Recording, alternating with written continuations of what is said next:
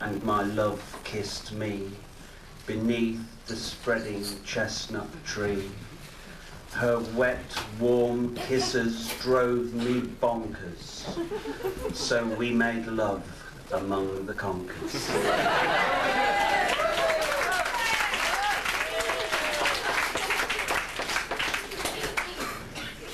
That's the only one I can remember.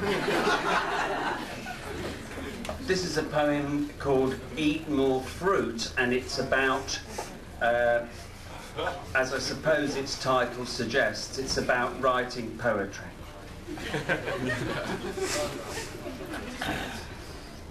The poet's duty, so it seems, is to write on sober themes and hold the mirror up to life, to reflect our pain and strife, to howl with anguish at our fate and lament our present state, and if they write on being jolly, describe it just as human folly.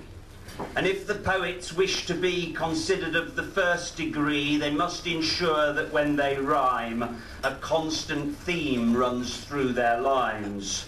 Thus Wordsworth writes for hours and hours about some little yellow flowers, while Byron, if the truth be said, writes just on the joys of being in bed.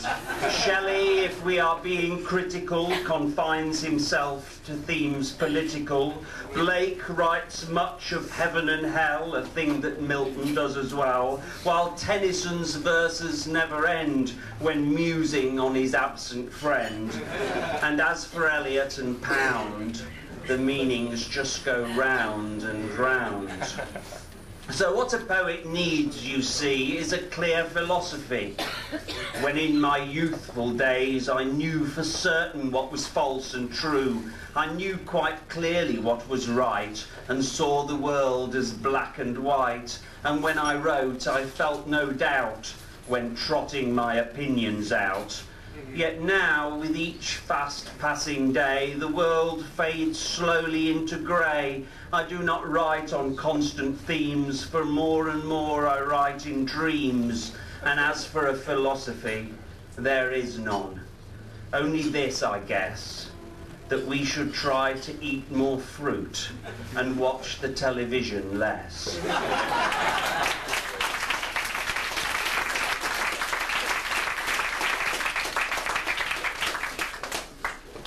I'll finish with this. It's called I Wish I Was a Proper Bloke. I wish I was a proper bloke. Not weedy and bald, with skin pale and yellowy, with legs that hang down like 2 sticks of celery. No, I wish I was big and tough and strong, with muscles all over and legs straight and long. I'd have hands like bricks and a face to match, and a temper without a safety catch. When I walked in the club, the women would stare and catch their breath and faint away. When I caught them and pressed them close with my legs, they wouldn't say, "How do you like your eggs?" They bloody well know from the times before when I loved them and left them begging for more.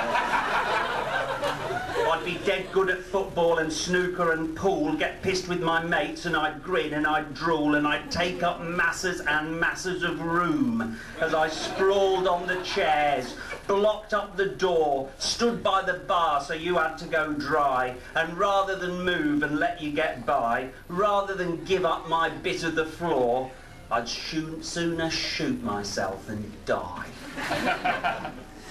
And I wish I had a proper car. Not a boring old Vauxhall, a dismal dark blue with 3 safety straps for the kids in the back, an exhaust that was silver but now's turning black, and old Sainsbury's bags on the floor. I want a proper car with great big teeth, with a hooter on top and lights underneath to light the suspension, exhaust and wheels.